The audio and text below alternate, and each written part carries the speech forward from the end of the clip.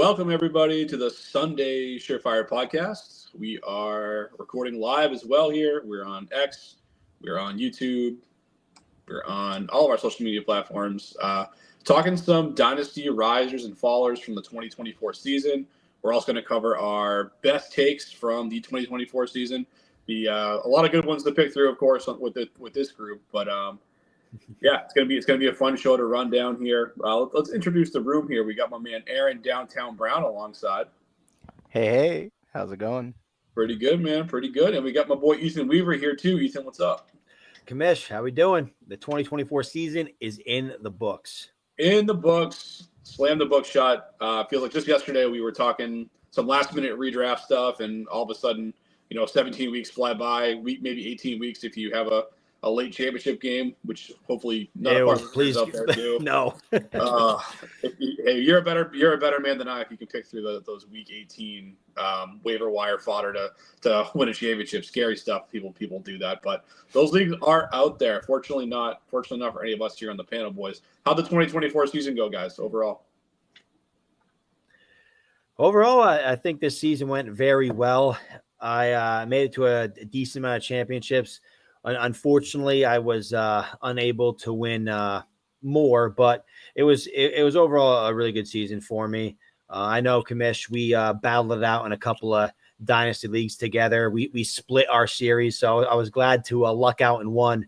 I got to thank Jahmyr Gibbs' last second 30-yard touchdown for that. So that kind of saved me this year. that last second touchdown did save you, along with Purdy going down the final drive. I needed 1 point on a Purdy. On a final drive to beat Ethan. But then he checks the ball down to Correndo, who was in Ethan's lineup. So now I needed, 2 points and change. And all of a sudden, Purdy goes down with that wrist injury. And the touchdown at the end goes to Dobbs. Josh Dobbs, yeah. And all of a sudden, I'm out another second championship. So that one was tough. Ethan got that one. We both went crazy that week, too. We both had ridiculously high scores.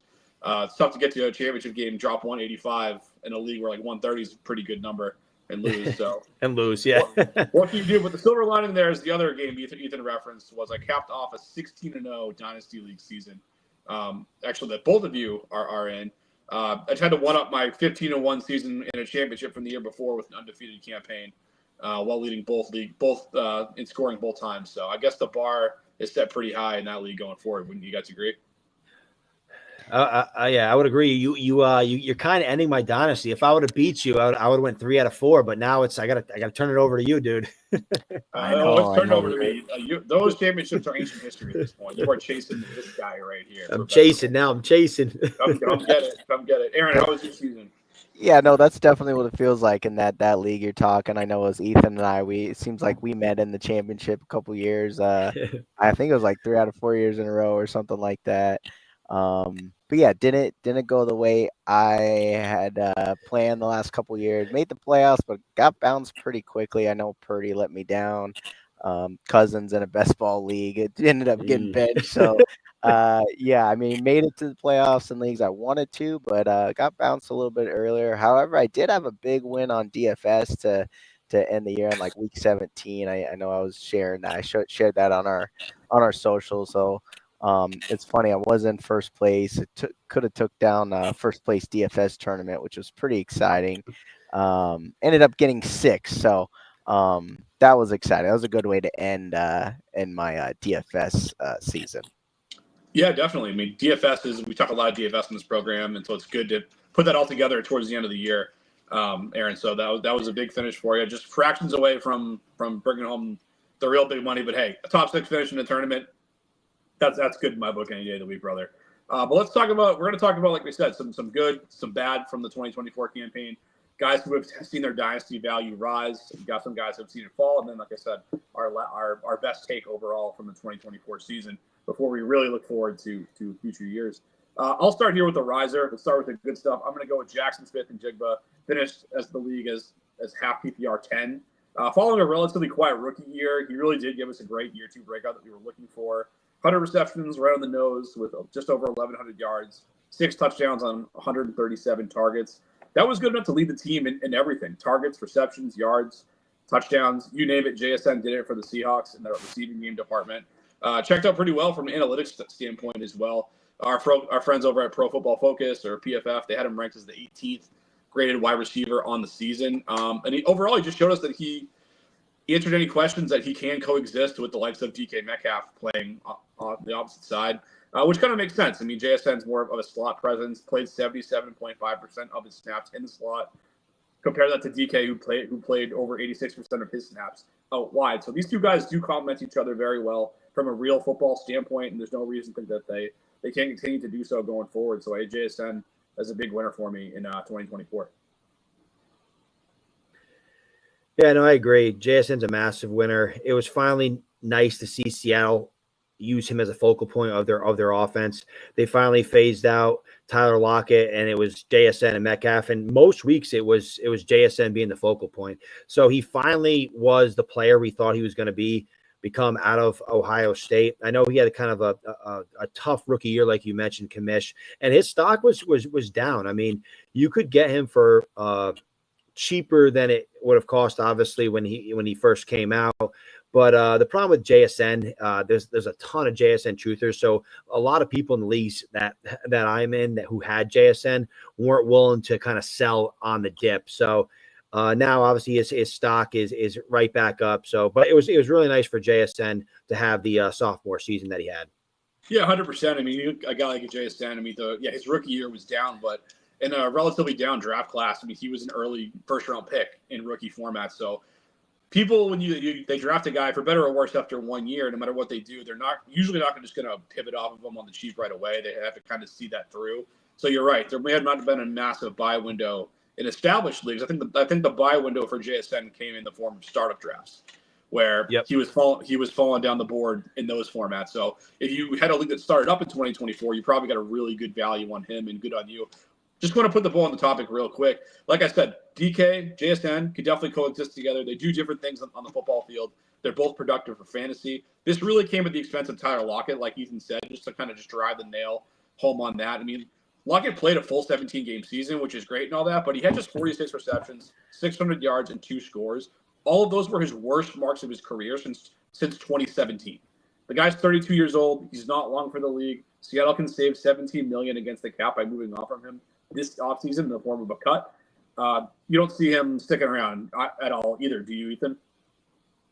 No, I think Tyler Lockett's probably on the way out, and I mean it'll be good just to focus on Metcalf and JSN. Maybe our boy Noah Fant will get more involved, but just to touch on the Dynasty startups in the summer, my latest startup, I got JSN at the 7-6, so middle of the 7th round, which I'm sure that's going to rise pretty heavily come that same time this year.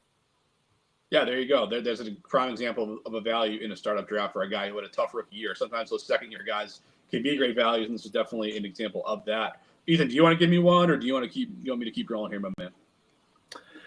Yeah, I can roll into one of my risers.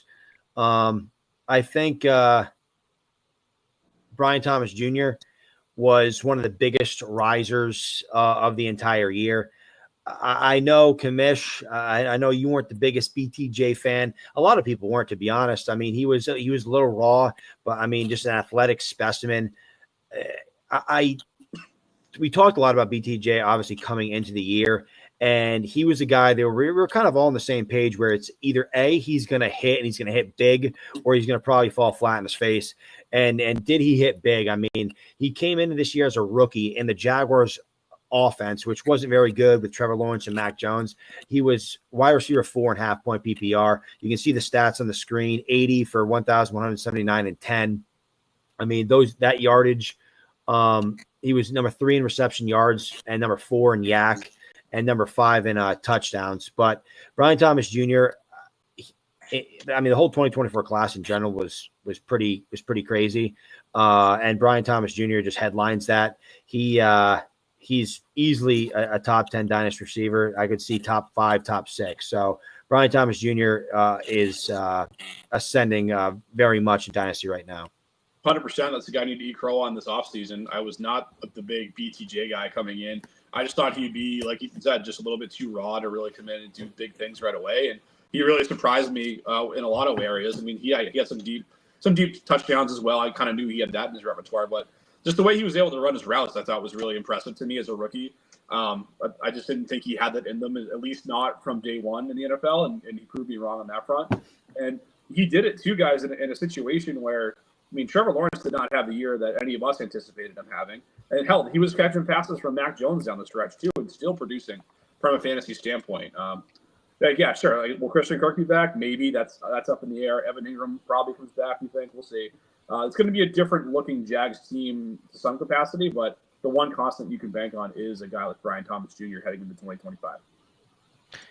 Yeah, I think, the thing I like about Brian Thomas this year is, he definitely proved us wrong. I think the Christian Kirks and of the world, I think, preseason, I think we were all high on him. And, much like your last guy with JSN, they do have competing targets we were worried about. But, in both JSN and BTJ's cases, I mean, they kind of just outshine. I mean, you have previous seasons where DK's never reached 100 catches in a season, and JSN was just what was he, like 2 catches away from that? If I go, it was 98. I want to 96. So that PPR point that you want in fantasy, it seems like JSN has, and then on the BTJ. I think he's he can be an alpha, which is what you want. You want targets along with those big plays. So I like both of those calls. Hey, I have a question for you guys. So obviously BTJ, unbelievable year. Who do you have higher in Dynasty right now? Brian Thomas Jr. or Marvin Harrison Jr.? I'll go first. I have Brian Thomas Jr. ahead of Marvin Harrison right now. Correct answer. Hey, it's just, we have a year's worth of sample size now to make this argument. I mean, Kyler Murray, you could say what you will about him as a passer. Maybe he's not elite, but he's a heck of a lot better than what Brian Thomas Jr. had last season in Jacksonville. So, yeah, I mean, they're going to get a new coaching staff in there. Hopefully they can ignite that a little bit. And also what I like, too, is, I mean, Trey McBride, despite barely hitting the end zone this year, like, he's a guy who has his role in the offense established, too. And, yeah, sure, is there a world where Harrison and McBride can coexist? Yes, they do different things, sure. But McBride is going to be a factor going forward, and I can't say that for sure about guys like Evan Ingram or Christian Kirk in Jacksonville. Yeah, I mean, sadly, I think I'd probably say BTJ as well. I mean, he's shown the connection with Kyler Murray. Where, I mean, if you just watch the football games, I'm sorry, with Trevor Lawrence. But if you watch Marvin Harrison this year, I mean, yeah, he got his targets, but they just seem so off sync. I mean, they definitely could use that off season in a year or two. Where, I mean, most year 2 wide receivers do. You do much better, right? So I mean, Marvin Harrison can have a huge bounce back as well, but I mean, BTJ is already showing it in year 1, so I actually agree with you there. And I'll just say quickly too, there's a world where right now we have Brian Thomas Jr. ranked higher, but we're also not burying Marvin Harrison long term either. I think that's probably the most realistic outcome. Right. It's not like Marvin Harrison Jr. had a bad season. I mean, historically, I mean, he had a pretty good season, but obviously we've been spoiled with rookie receivers as of late. And this class was just kind of, I mean, so many hits in the first round. I mean, you talk about like Ladd McConkey, Neighbors, BTJ. I mean, everybody, played so well this year, and Brian Thomas Jr. Obviously kind of took the league by storm this year, but Marvin Harrison Jr., I mean, by no means had a bad year, and I think he can obviously grow with Kyler. But I mean, just one more quick thought on BTJ is I remember in one of my rookie drafts this summer, someone took Brian Thomas Jr. over Rome Odunze, and I was the next pick, and I was like, oh wow, that was a mistake. I just kind of ran into Odunze. This is awesome. Looking back, I wish they went chalk, and I could have had some BTJ on that team.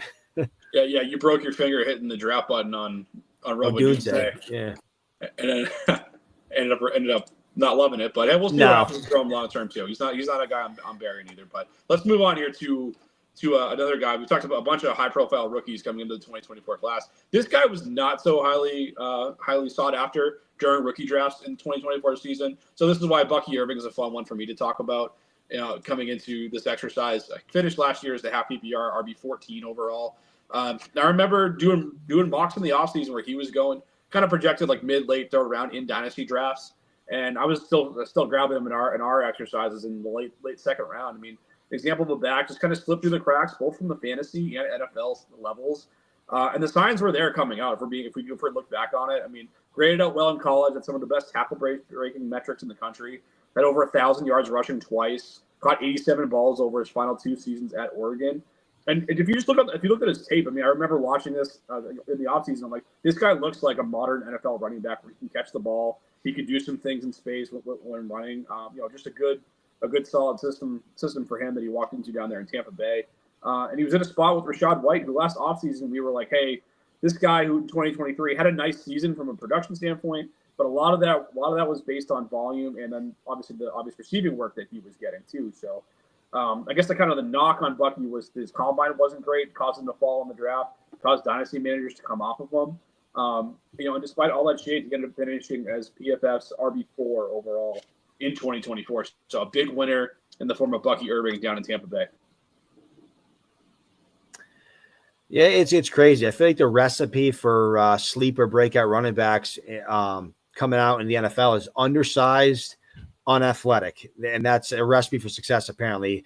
Bucky, Kyron Williams, I mean, both those guys were kind of left for dead after, more so Kyron, but I mean, they fell mightily in rookie drafts and they were kind of pushed aside because they did have terrible combines and they are undersized. And Bucky went to a situation where, Rachaad White was the RB3 last year. So, what a season for Bucky. He was a thorn in my side all year because he killed all my Rachaad White shares. So I'm not too happy with Bucky Irving, but good for him. Yeah, Kyron's a good guy to mention with him too, because he was another guy people faded for the same reasons. And I think we should be using Kyron as a cautionary tale, not to fade Bucky going into 2025. I think people that are still going to hold, how people are in some of the leagues we play in, guys. They see bad combine numbers and you're dead to them forever. The crowd of people that was saying, Blake Corum's going to take a ton of work from Kyron Williams as a rookie. It's going to happen, guys. Just watch. I don't hear anything from those people right now because Kyron Williams had another fantastic season this year, despite all the hate that he got. So the cautionary tale there is that if the team shows you that with their actions that they're willing to put this guy on the field, give him the football, and at a time where they're competing for a playoff spot like the Buccaneers have been in recent weeks, we should take it seriously, and we should know that going into 2025, he's going to be very much in their plans. And this is a high-scoring offense, and we want running backs in high-scoring offenses. They finished the season number 4 in the league in points per game scored, and that was while managing some injuries on their team as well. So high-scoring offense, good quarterback in Baker Mayfield leading the way. I want shares of Bucky Irving. If I can still get him for any type of discount, I want to do it, but I am taking him seriously going forward. We do have a question on Bucky in the chat. It's are we in on Bucky in the actual playoffs for DFS? Would you bet on him? Do you like his overs? I guess, do you like his matchup against Washington this week? His matchup against Washington. Ethan, what do you think? I think Bucky Irving's just such a massive part of that offense right now. If you look at week 17 and week 18 of Buccaneers games, obviously you had Rachaad White only play 36% of the snaps in week 17, and he played almost nothing in week 18. Rachaad White didn't receive a single touch in week 18. I think that kind of shows you what they're ramping up for. They're ramping up for Bucky Irving, I think, to take the absolute bulk of the work. So I think you can fire up Bucky Irving. That's an explosive offense, and you want the running back with the majority of the snap share in an explosive offense. So I think you can fire him up with confidence. I agree. I'm just pulling up the quick lines on Irving just kind of see where Vegas has him here. His over-under on rushing yards is 84.5. They have him for 17.5 rushing attempts. That's the over-under there, and also 3.5 receptions. So they have him projected to get a lot of work, and he's one of those guys that he can catch passes and he can run the ball. So no matter what happens in that game, there's going to be a role for Bucky. And they also have him for minus 170 for anytime touchdown, which is going to be one of the leaders in that game, to be sure. So yeah, I think you could fire him with confidence in DFS. Curious to know what the price point's going to be on him, but if I can pay up a little bit at running back, I think he's a guy I would be comfortable with next week.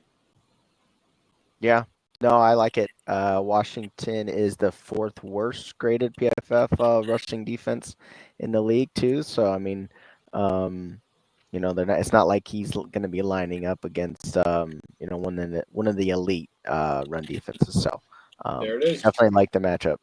There you have it, folks. Ethan, give me another winner for the 2024 season. Yeah, I'm going to talk another guy that the commission loved. He loved BTJ, not really. And I know Jerry Judy's his guy, but no, Jerry Judy. I mean, me and Kamish go back and forth about Jerry Judy quite often, and I know he was poking fun at me before the season about, oh yeah, let's see Judy's fifth-year breakout. Well, guess what happened? Judy had a fifth-year breakout, baby. Truther never gave up on him, but he was wide receiver 9 this year in half-point PPR, which is honestly kind of crazy. In my latest startup, I got him at the back end of the 14th round. I mean, just kind of left for dead for the most part. But Jerry Judy, I mean, he didn't play with good quarterbacks. You have Deshaun Watson, you have Winston DTR, and Zappy in week 18. But he was number 6 in reception yards with 1,229, as you can see on the screen. Only 4 touchdowns, so there's a lot of room for improvement there. But I mean, he finally kind of was the receiver that we expected him to be coming out of Alabama. I mean, he set the Browns all-time receptions record. He passed Ozzie Newsome. So I mean, he had a great year in Cleveland with really bad quarterback play in a kind of a really bad offense. So I think Jerry Judy just has room to grow. I mean, obviously the Browns have a lot to kind of figure out at the quarterback position, but I just thought a guy that was kind of left for dead in Jerry Judy to come out with a wide receiver 1 season in his 5th year was I mean, awesome for me because I got him cheap in a lot of places. But it was nice to see Jerry Judy actually do something. It was nice to see him do something. I think you're giving him a little too much credit. I have WR 15 and half PPR scoring right here on my side, but obviously whatever WR 9, WR 15 were what you could get this guy for. He crushed at that whatever you acquired him for if you got him in the last year or so. He's a guy. He's one of those guys. I guess you could look at me as almost like a sworn lover on a Jerry Judy, where I was in on him. I drafted shares of him, and I waited, and I waited, and I waited, and I said, you know what? There's a massive collection of data out here that says that if you're not a wide receiver 1 in your first 4 years, you never will be. That's just what the odds tell us. And he was a guy that hasn't quite done it yet. Again, WR 15, but again, you'll take a WR 15 season if you can get him at a ridiculous value. So he definitely is a guy who looks like he has the opportunity to break that mold going forward. And who knows? He did it with a really bad quarterback situation this year in Cleveland. So we'll see what he does. Hopefully, if they can get any type of stability at that position going forward, that maybe he does crack that WR1 mark someday. And then just a quick thought of my own there on Judy is, also the play of Elijah Moore and Tillman. I think if we're looking at off-season moves, one thing in Dynasty, with Judy, as you were, is he be a number 1, but I think Moore and Tillman had enough flashes where that could be a supporting cast to Judy. Where I know that's something that a lot of us look at is are they going to try to find their number 1? But if Judy is that number 1, that's definitely what you want to look for in Dynasty too. So just a comment on Elijah Moore and Tillman before he got his concussed injury. Yeah, no, I don't know what the scoring settings are in Ginger. I thought it's half point. He's number 9 in our Ginger Rail Dynasty League. I checked it quick on that, but I mean, I see him. He's 10th, I think, in full or 12th in full point according to Fantasy Pros. Fantasy Pros in half point has him at 15, but in a lot of my leagues, I have him. He was wide receiver 9 and 10. So I guess it kind of depends on your scoring. But I'm going to give him credit for the WR1 season. Okay, you can. I won't. I'll say he's WR 15, which again is not a bad thing. I tend to do a lot of my studies objectively in half PPR settings. Kind of splits the difference between standard, half PPR, full PPR, all that. Draw the line wherever you want. Judy had a phenomenal year. I'm not going to take it away from him. So let's go back to mine. I got one more riser. Ethan's got one more riser. Then we'll get into the negatives here. This one is more. It's not like this guy rose to like tight end 1 or something, but I did want to give the tight end a little bit of love in this exercise here. And I'm actually sticking with the Buccaneers for my third call out here. I'm going to go Cade Otton, who finishes the year as tight end 13 on the season. If you played the streaming game at tight end this year, he was a safe harbor that you could kind of pivot to. Most of the time here, he had 7 top 15 tight end scoring leagues in 15 games played this year. Which was solid if you were in a pinch and maybe you had someone go down at the tight end position. He definitely held the fort down for you. And just going forward, kind of same idea as Bucky Irving, linked to a high-scoring offense led by Baker Mayfield. He's going to be the go-to tight end at this in this room. We know Mike Evans is the ageless wonder, but Father Time will probably come knocking for him at some point. I'm not going to go crazy and say that he's going to ever become the focal point of the Bucs offense, but I think he has carved out enough of a role for himself here where he can kind of be a quality friend. He definitely is a good backup tight end in Dynasty, and maybe even a back end tight end 1 guy who finishes 10 to 12 range going forward, where someone you can get on the cheap and he's a usable piece for you. Where you really want to buy him on the cheap if I can is in tight end premium leagues, where he can even offer weekly flex appeal in good matchups in that format. Cade was your big pickup, Ethan, this year, and we had a league that all 3 of us were. We had a podcast league, and he was like, "Let's get Cade on." And he kind of saved us. He made us have I think we won a couple weeks in a row because of him. He got hot. He did get hot. He had a great middle of the year, and then the back end, the back half of this season didn't go. Great. He didn't score a ton, and then he missed the last few games. But Cade Otton, he's a guy I kind of liked coming into this year as a sleeper, just because he did earn like Brady's trust as a rookie tight end, which is obviously it's hard to earn Brady's trust anyways. Never mind as a rookie tight end. And then obviously he showed a ton of flashes this year, and obviously he showed that he can be a overall tight end 1 on any given week in that Bucs offense. Unfortunately, he did fade down the stretch, but no, Cade Otton was definitely a pleasant surprise this year. Yeah, he was a nice little pickup there. I think he might even be ranked a little bit too low for my liking here. He's ranked outside the top 15, at least on Dynasty League Football on their tight end rankings here. A couple guys that are around him. For one, Ethan, I guess I'll just go to you for the questions here. Like, would you rather have Cade Otton or Hunter Henry in Dynasty? Oh, easily Cade Otton. Okay, how about Pat Freiermuth? Cade Otton. Cole Kmet? Probably Cade Otton.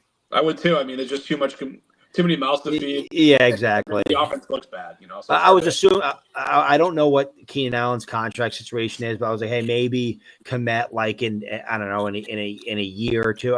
But especially if Ben Johnson goes there, we all know what he's done with Sam Laporta. So I was thinking more like future because I think Kmet is a good tight end. It's just a tough situation for him in Chicago. Yeah, I could be talking to reevaluating that too down the line, but we're having the conversation on January 7th, so I'm going to go with Cade Otton there. What about Isaiah Likely? Give me Cade Otton. Yeah, how about Dallas Goedert? I go Cade Otton, age. Yeah, Goedert's 30, and what about Evan Ingram? Also 30. Yeah, Cade Otton, age again, and the Jags. They're who knows what they're going to be. Age and uncertainty. How about Kyle Pitts?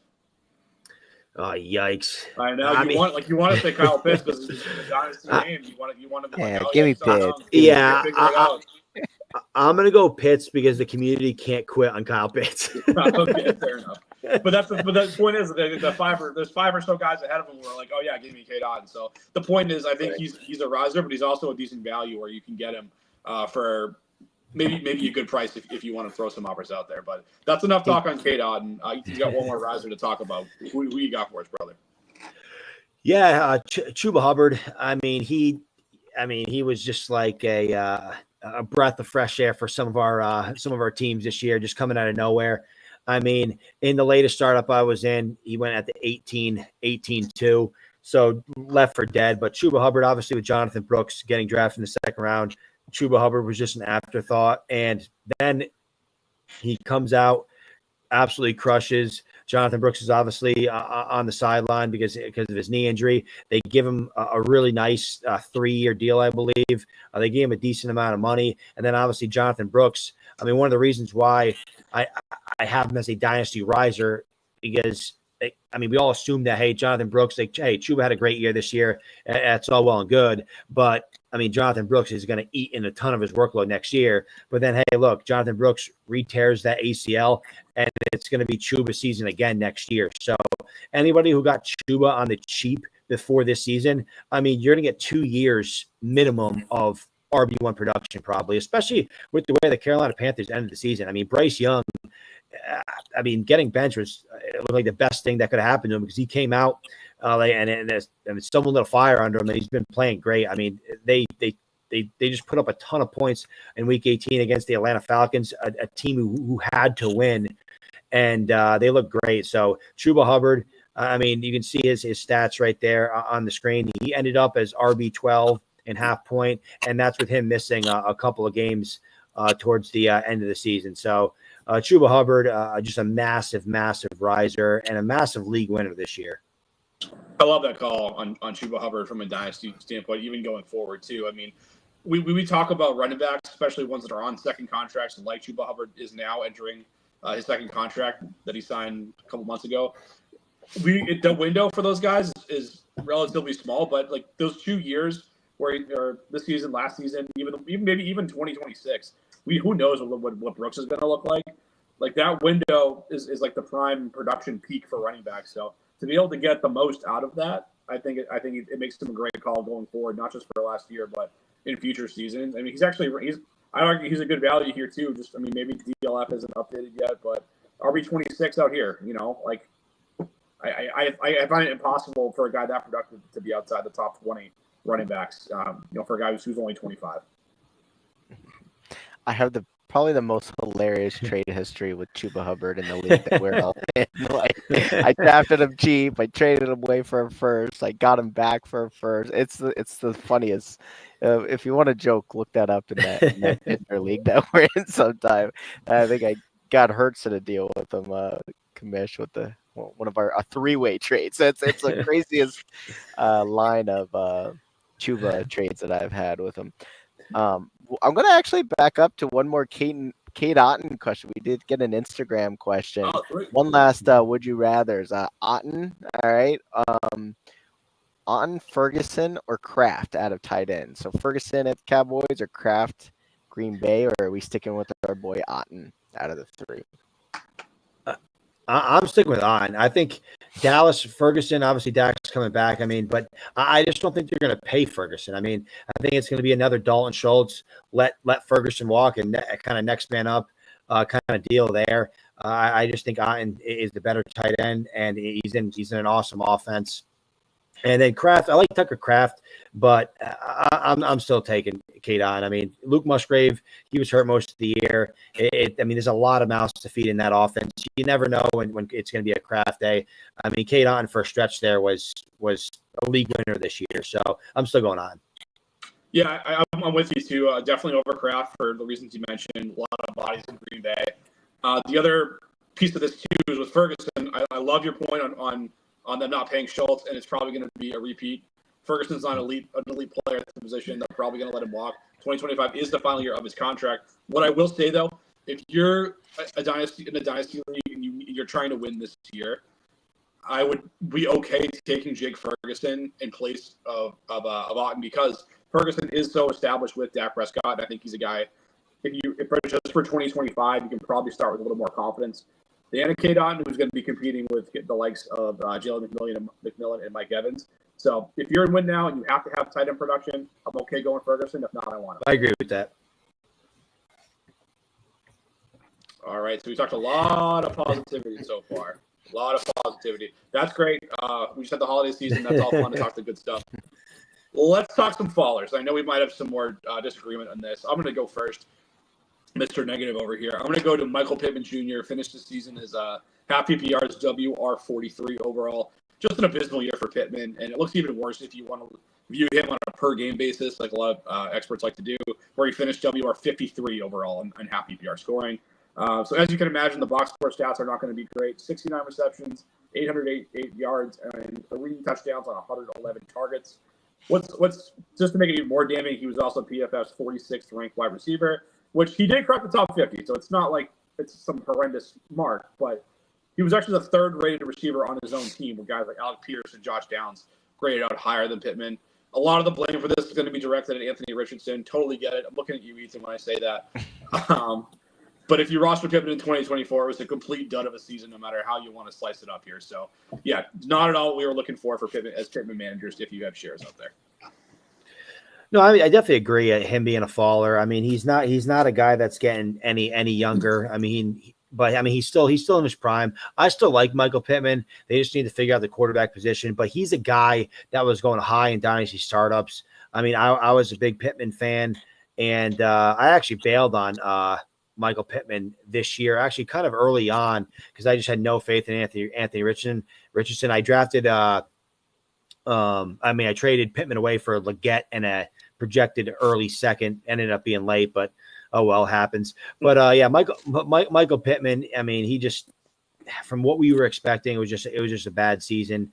So his stock is going to just go down considerably. So I mean, if you do still believe in the talent and you do think they're going to bring in, they're going to bring in somebody, hopefully. I mean, I think Anthony Richardson, I think he's done in Indianapolis, but I mean, obviously spending that capital on him, they may give him another chance. But I mean, for Michael Pittman managers, I hope it's somebody else. But yeah, Michael Pittman, just a terrible year. Yeah, ignore those stats on the screen there. That's not what he did. Yeah. Okay. Well, but the thing is too, like, I mean, yeah, the optimist would say, like, okay, yeah, if he gets a better quarterback, he can be better. Like, okay, sure, fine. The Colts took Anthony Richardson number 4 overall in the 2023 draft. You know, they have Shane Steichen, who was exclusively worked with mobile quarterbacks as an OC in Philadelphia, where he made Jalen Hurts good. Like, everything they've done in Indy in the last 2 years has been to try to get the most out of Anthony Richardson. He basically had a redshirt year in 2023 as a rookie. So 24 was the first year he started. And I know that we're actually seeing it now, so it looks bad. But we all said all along, even us here on this program, like, Rich is super raw. He hasn't played a lot of college football. He's going to take time to develop. That's one thing for us to say in April and May and June, and another thing for us to live out 2 years later on the field in front of us in the fall. So, yeah, we're seeing him take those lumps right now. And if you're going to be optimistic on Pittman, I think you have to be optimistic on Richardson's development, because he's going to be their guy in 2025. And I'm not confident in Anthony Richardson. He's a guy I bailed on just the other day in a Dynasty league, the Superflex league that we play in. Thank God. Yeah, there he goes out the door. Actually, for Jalen Hurts in the trade. It was a bigger package I gave up for Hurts, obviously, but that's kind of a side topic. But the last thing here on Pittman, too, is, I mean, if A-Rich is the guy in 2025 and you're not confident in him developing, well, guess what? Pittman's 28 years old entering 2025. So, you know, we bake in one more negative season coming in here. Now, all of a sudden, he's 29. And he's dead. Even if they do decide to move on to another quarterback, now he's 29 off 2 down seasons with a question mark at quarterback. So, you know, Ethan just said it right there. He's dead. Like, we know what happens to wide receivers in Dynasty as they approach age 30. For guys, especially who are not elite producers, it's not pretty from a value standpoint, guys. Yeah, and I apologize about that typo. I mean, it's 63 catches and 700 yards. Oh, I was gonna say those stats aren't that bad. Yeah, I know, right? I was like, wait, what are we wrong here? But yeah, I don't know. I need myself some Michael Pittman. Aaron just hit the ×2 button. Yeah, I think that's stuff the stats there. That is about half, yeah. Yeah, that's tough. That's tough. But yeah, tough season for Pittman. But Ethan, I want you to be negative now. Hit me with someone that is a follower in your book.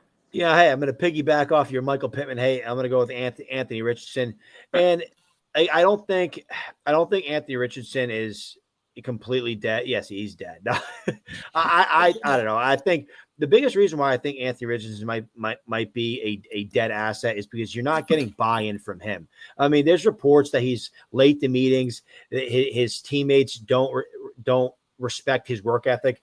I mean, there was like multiple members of the Colts roster reportedly held private meetings with Richardson to tell him he wasn't meeting the standard per The Athletic. Like, when your teammates are going to you and being like, hey, like, get your shit together because you're not giving us what we need as the franchise, as the quarterback of this franchise. I mean, that's a massive red flag. I mean, if you get a guy that's as raw as Anthony Richardson, and he's not coming in and doing everything he can to improve and earn and garner the respect of his teammates, I mean, then who's going to say he's going to develop anymore? I mean, the guy had a completion percentage under 50% this year. I mean, 47.7, which is the lowest of any qualified quarterback. His completion percentage with clean pockets was 51%, which was 39th among quarterbacks this year. The guy just couldn't throw the football. He's a freak athlete. He can run. He can be a weapon. But if you ask him to kind of drop back and throw the football, he just can't do it. He was going QB6, QB7. In startup drafts. He went QB6 in my latest startup draft over guys like Joe Burrow, over guys like Jane Daniels. It's like Anthony Richardson, back in first, early second startup pick. And his dynasty stock completely just fell flat. The floor fell out on Anthony Richardson. People are bailing on him left and right. If you do have him, hopefully you can find a truther that wants to take a shot. But for a guy that was a potential lottery ticket, that thing didn't cash. It sure hasn't. And the real alarming thing for me with Richardson too is we always say, the Konami code upside, rushing touchdowns and all that stuff. We've seen it with Anthony Richardson. He's played 15 career games and he has 635 rushing yards and 10 touchdowns. That's what you want. He has the Konami aspect of it. He doesn't have any of the passing part of it here. It's supposed to be, no, and is like the icing on the cake to it that really puts you over the top, But it's not that we're not getting the passing stuff. It's that bad. He is that much of a project as a passer. And Ethan talked about the off the field stuff, teammates going to and things like that. The real alarming thing to me when I hear stuff like that is that we know about it. They were confident enough not just to say it to him, have those private closed door meetings. It's that they also went to the media and leaked it there. And now we know about it as a public. So if we know stuff like that, it's probably even worse than we even thought. So there's a lot of negatives around Anthony Richardson. 2025 is a massive season for him. I do think he gets the full year to figure out if he could be an NFL quarterback or not. But beyond that, you're not guaranteed anything with this player. So I love that he's him as a faller in this exercise. I got one for you guys. Are you taking Bryce Young over Anthony Richardson? Yes. Yeah, I think so. Because you know why? I'm taking Bryce Young. Bryce Young actually showed some resilience. Like I said, he got benched. You know how many players in his position would have just melted down? For the fact that Bryce Young came back and took the reins and did what he did, I think shows a ton of the character of Bryce Young. Anthony Richardson is tapping out in the red zone on third down because he's too tired. Are you kidding me? That honestly might be the biggest indictment of Anthony Richardson. If you're one of his teammates, did our quarterback just call himself out of the game because he was tired on third down in the red zone? To me, it's you can get out of here. That's no leader on any football team. Absolutely. And I'm with Bryce Young too, just because Carolina is one of the most bereft of talent offenses in the NFL. Their offensive line is towards the bottom of the league. Whereas the Colts are not in that situation. They have a top 10 offensive line, and they have 3 players that PFF is grading as top 50 wide receivers. Jonathan Taylor, all-world running back. They have pieces to succeed, and Avery just isn't doing it. So I think what Bryce Young is doing the second half of the season, he's earning himself opportunities to start on top of what it comes with being an early draft pick. Whereas A-Rich is now, even though he was a top 5 pick, is in a spot where if it's not good right now, the start of 2025, he's done. Yep. Yeah, done. Cooked. See you later. Cooked. All right, let's move on from the Colts here. We're going to stick in the AFC South. I got one more faller to talk about here. I'm going to go Travis Etienne. Half PPR RB36, which when I saw that, I was like, wow, I didn't realize he was that good. I thought for sure he would have been outside the top 36 running back for sure. But, I think outside of Christian McCaffrey, Etienne had the most disappointing season of any fantasy running back out there. Coming off an RB2 overall finish, and in redraft this year, he was going on the round 1-2 turn. So he was a guy you had to pay up for in just about any format if you were acquiring him coming into the 2024 campaign. And he was just a complete bust. He missed time with injuries. He got outplayed by Tank Bigsby. He finished as PFF's 55th graded running back. And he got worse as the season went on. From week 4 on towards the end, he had one top 24 finish over that stretch, and that was week 15 where he finished RB22. So great. I just see this guy heading into the final year of his rookie contract. The saving grace for him is that he's on a 5th-year option, which is fully guaranteed. And he's on the Jacksonville Jaguars team at a time where a new coaching staff's coming in. So despite that fully guaranteed contract, there's no guarantee he's on this roster next season. The future's very much in the air, and at no other position more so than running back in Dynasty do just every single prime year matter than at this position. So for him to have a bad campaign in 2025, I just think that's going to be a crushing blow to his value this offseason. And I mean, is he young enough where he could have a good season at age 26? Sure. But I just know the value of these guys that aren't elite producers as they hit 26, 27, 28 at the running back position. There really isn't a market for those guys, at least to get a good return on in Dynasty. So that's where I'm at on ETN, guys. Yeah, ETN was an enigma this season. I just don't understand how he can go from a top 2, top 3 overall finisher last year to the abysmal performance that he gave us this year. I mean, maybe there's more to his injuries than obviously we were, privy to. And obviously the Jaguars were an absolute mess. Maybe he tapped out. Who knows with Travis Etienne? But as much as he is a faller, his dynasty stock definitely went way down. He's a guy that I think is talented enough and is going to I think he's going to get an opportunity in Jacksonville again next year or maybe somewhere else where, like, if I can get him for the right price, I don't hate taking a shot if the dip is as low as it may be. So just because it's like, I just don't think you get that bad overnight, right? And Travis Etienne obviously has that first round pedigree. Those guys continuously get opportunity after opportunity. So, but yeah, what a terrible season for Travis Etienne. Anybody who had Etienne in redraft or even dynasty, what a blow to your team. Yeah, if you needed anything from ETN, he did not come through for you last season. But hey, there might be. He could also. It is possible. We live in a world where you can be a faller in value, but that also might make you a buy low candidate if the price does dip far enough. So I think he does kind of qualify for both of those categories. But give me your last guy that you're down on based on his 2024 season, Ethan. Yeah. So the last guy, we kind of brought him up a little bit when we talked about Bucky Irving, but Rachaad White. Rachaad White, top 5 running back last year. A lot of that had to do with volume. But we went into this season expecting similar volume. I don't think anybody expected Bucky Irving to eat into his volume as much as he did. And he goes from, top 5 running back to what did he finish at? RB 24.5 point PPR, which is obviously terrible. But like I said, as the season went on, you just look at the last 2 weeks of the season, he was almost completely phased out of the offense. So that doesn't give me the warm and fuzzies going into the 2025, 2026 season. And at the end of the day, his dynasty value took a hit, and that's why he's a faller. Like Rachaad White. He was a prime sell candidate last off season, but it's always tough kind of being on that. Hey, I'm in win now mode. Rachaad White, I think he's having another good year. Let me hold on to him and let him produce in my team. And then you have a year like he had this year, and the floor completely falls out from underneath him. So just unfortunate for Rachaad White managers. But Bucky Irving, he's been dominating that backfield. Yeah, he really has. And for a guy like Rachaad White, it's not a good look to let a late 4th round pick come in there and steal your job within a handful of weeks. So yeah, he definitely qualifies as a good faller.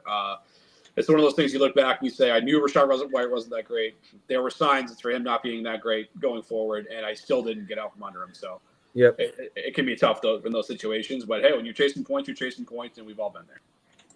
Yeah, I have right there, like in my notes, it's like Rachaad White he was always like an inefficient runner, and he got by on volume, and we kind of just ignored it because he was producing, and it finally caught up to him. Sure did. But that's what we have for our risers and fallers in the 2024 season. We do have one more quick segment here. This is going to be kind of a more quick-hitting one, where we talk about our best take that we each individually had during the 2024 season. We have a lot of good takes on the show. We have our share of bad ones as well, so sometimes it can be hard to pinpoint just one great one. But Ethan and I are going to on the same episode. We actually had this take. We had our hot takes episode which we do every season. We'll definitely make sure we get one of those out there in 2025. But in this one, I said that Malik Neighbors was going to be top 3 in the league in targets in 2024, and he ended up being number 2 overall in targets with 170 on the season, just finishing just behind Jamar Chase, who had a $175. And the research here on me here was just more so looking at Brian Daboll-led offenses in Buffalo and just kind of looking at what the primary target earner got in those days where he was Josh Allen's offensive coordinator. And so logically, I pegged Neighbors into that role in New York, and sure enough, the volume did end up being there. They were force-feeding the guy the football.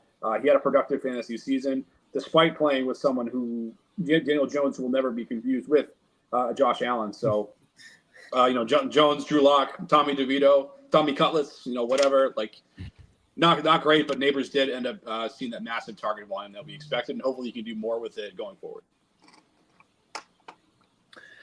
Yeah, no, you were all over Neighbors, and Neighbors came through. I mean, Neighbors, he's a top 4, top 5 dynasty receiver.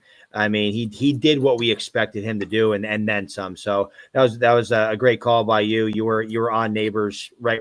I mean, we were all kind of on Neighbors, but you called the season that he had. So, and he had one hell of a season.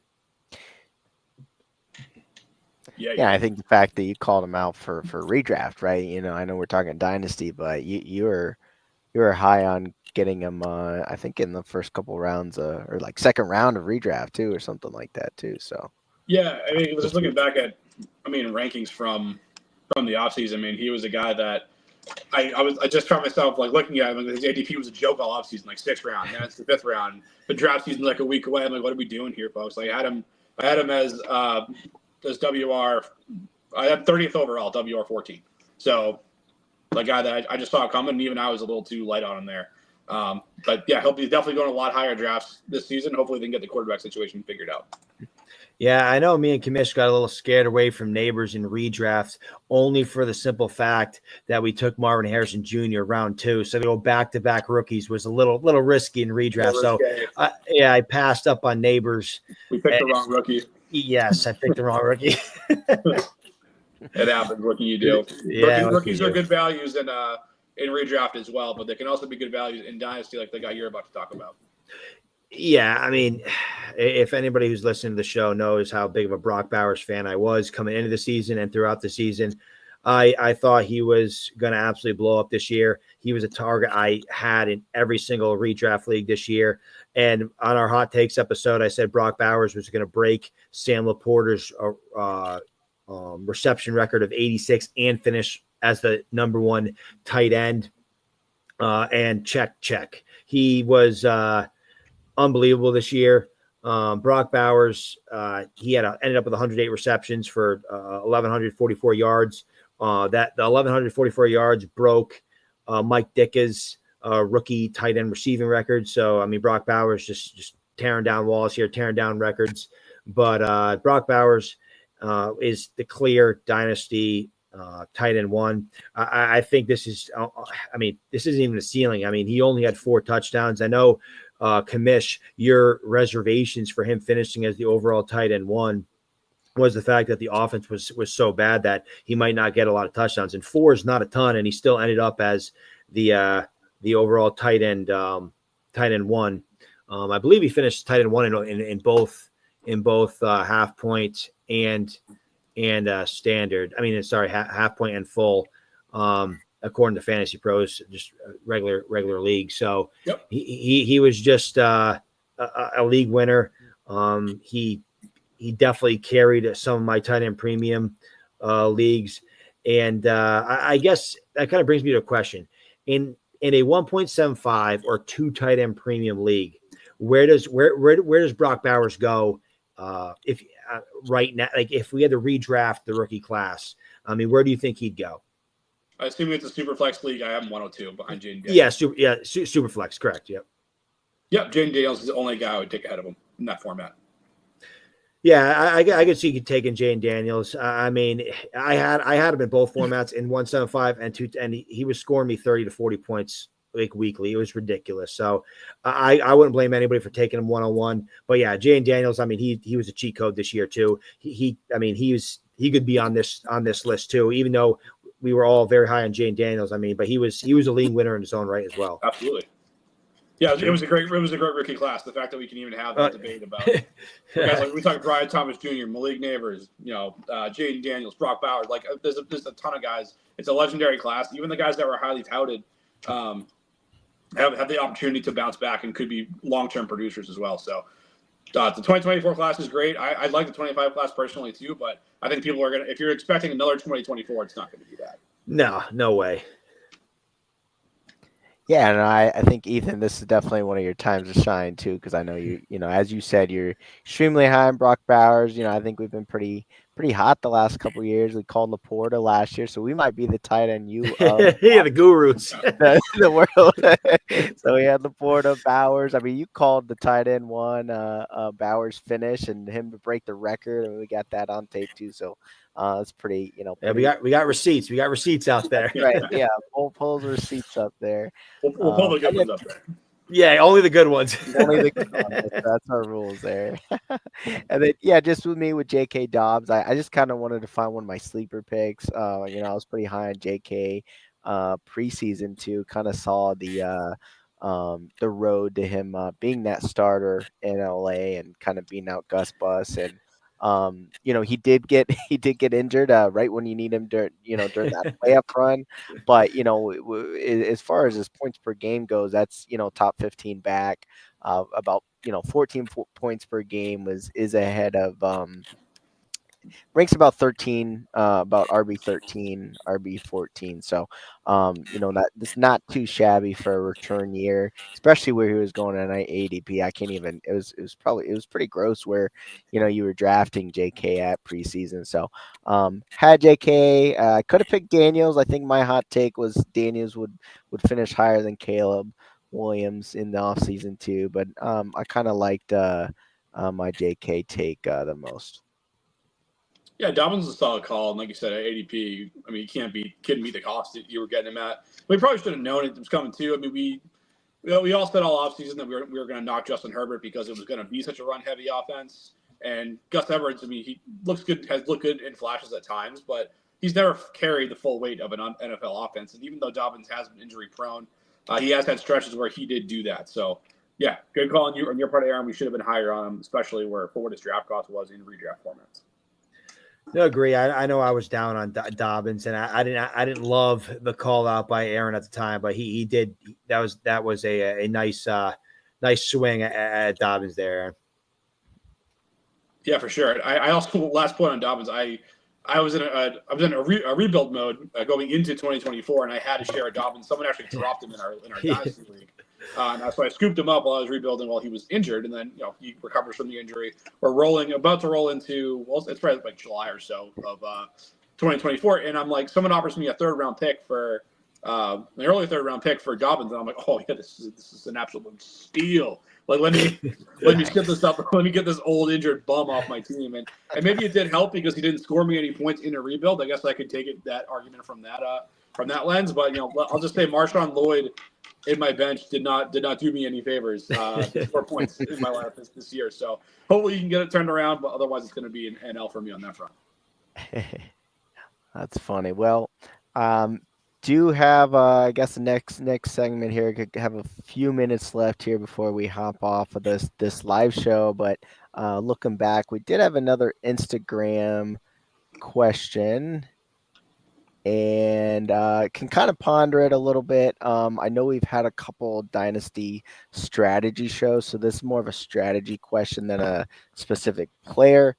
I mean, we could probably talk hours on this, but here's the background. So doing their first rookie draft, someone doing their first rookie draft this year. It's a 14-team Dynasty league, not 12, so 14 teams. What would your strategy be for a first-time Dynasty player in a 14-team league as a first full-point PPR, they just said, and for a first-round pick?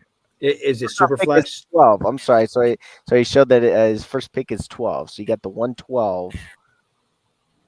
They said full-point PPR, so I'm assuming not Superflex.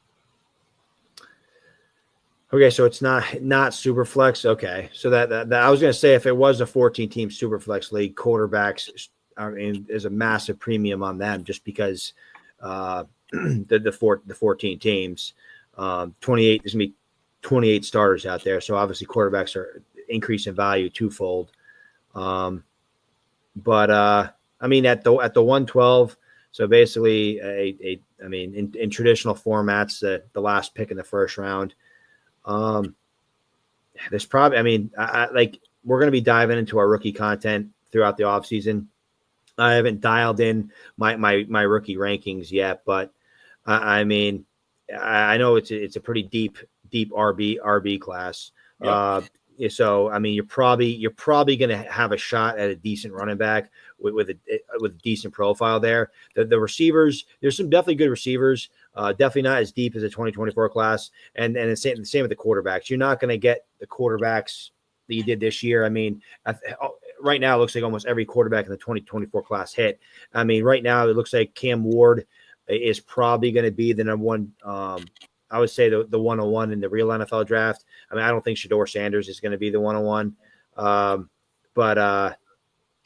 So it's gonna. I mean, there could be quarterbacks that slip to the 112 that maybe don't get the highest draft capital. So I mean, I think you're probably going to get like maybe a later quarterback or a running back. Kamish, what do you think? Yeah, I think it's kind of right. You're probably getting like the 6th or 7th running back in the class, maybe a top 5 wide receiver in the class. We'll see how things pan out throughout the entirety of the process. Obviously, the offseason is big on that, where these guys get drafted, landing spots, draft capital, all that plays a role. It's also tough not knowing exactly what this manager's roster is looking like. What I would say is, if you're contending and you think you're a piece away, I wouldn't mind trading that 112 for a win now asset, or packaging that late first round pick with another player to upgrade at a different position. I think that's a route you can go with it. But if you are going to keep the pick, I would hang on to it until the draft.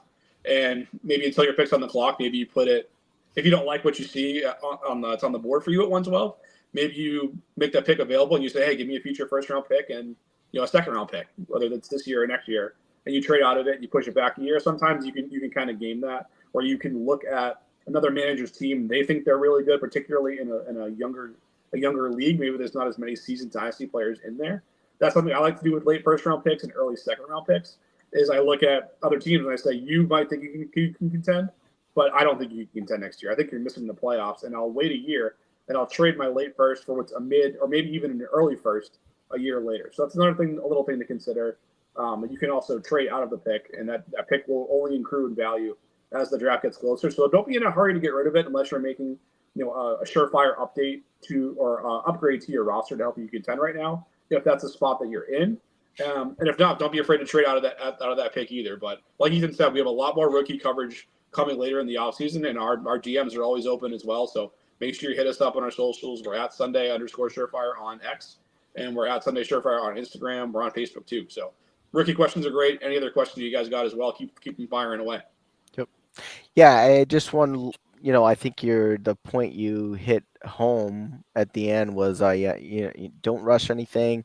I think you mentioned this your first rookie draft. So as Kamish said, these picks only get more valuable, right, closer to the draft. So it's fine to put feelers out to see what you can get now, but in all reality, you probably can get a lot better trade closer to the draft, or even live during the draft too. So don't be in a hurry to trade it here in the next couple weeks, unless it's a huge haul or overpay, I should say. Sure. No, Sure. definitely. Yeah. Picks this time of year are only going to accrue in value.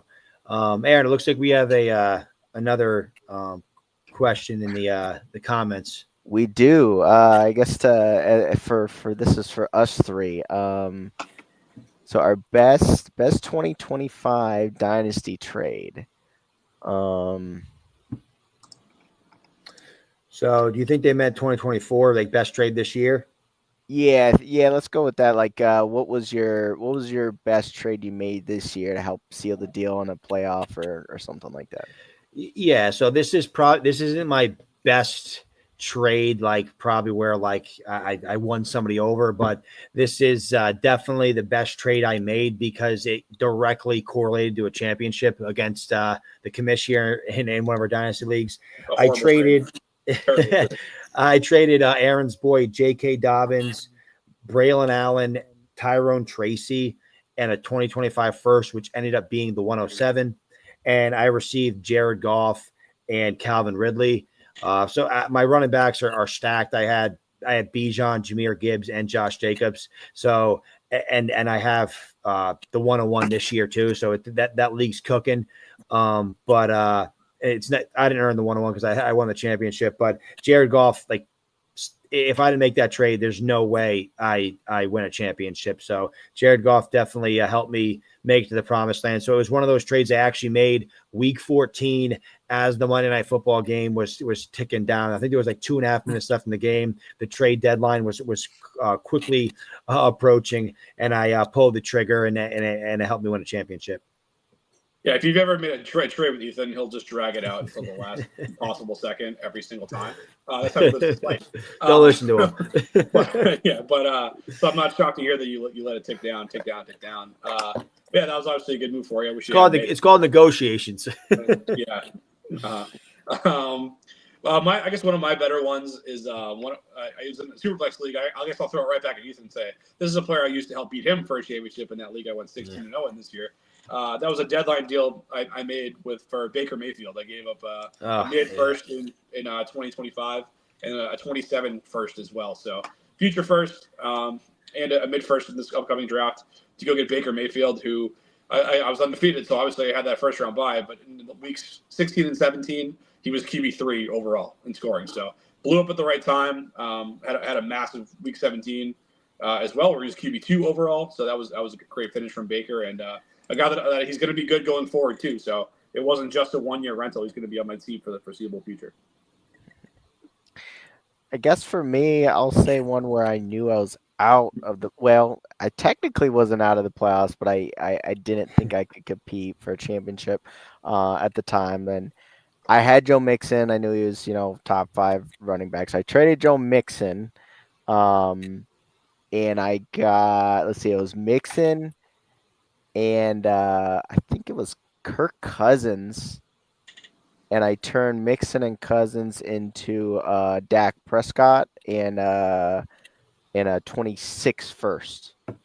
So actually no, I got 2 firsts out of it. So I got a 26 first, 25 first, and Dak Prescott, and I ended up only initially giving up Goff and Mixon. So somehow I turned that into getting Cousins out of the deal too. That's right. I think it was a 2-step trade. So it was a little complicated, but kind of looked at the rebuild. I basically looked at Dak and Goff for kind of a wash, and I got first out of the deal, or a couple firsts out of the deal. So didn't mind that deal.